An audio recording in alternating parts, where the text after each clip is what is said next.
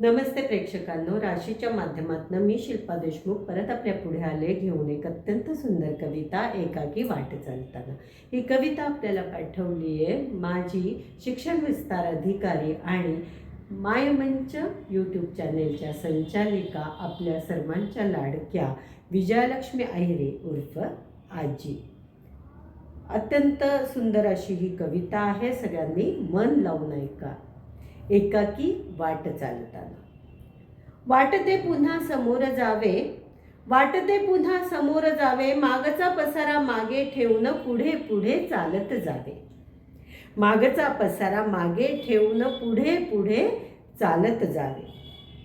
ना आस ठेवावी कोणाची, ना आस ठेवावी कोणाची, ना कोणास मी थांबवावे।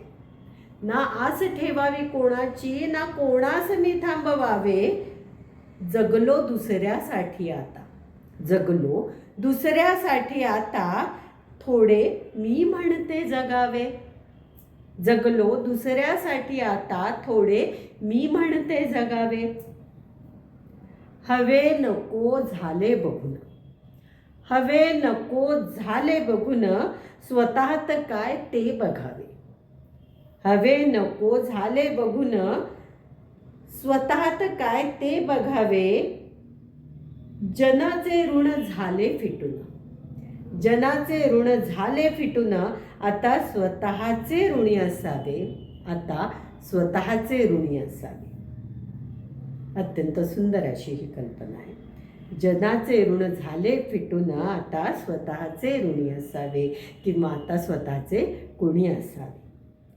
चालत जावे एकटे असे, चालत जावे एकटे असे, एक मोकळा श्वास घ्यावे। चालत जावे एकटे असे, एक मोकळा श्वास घ्यावे।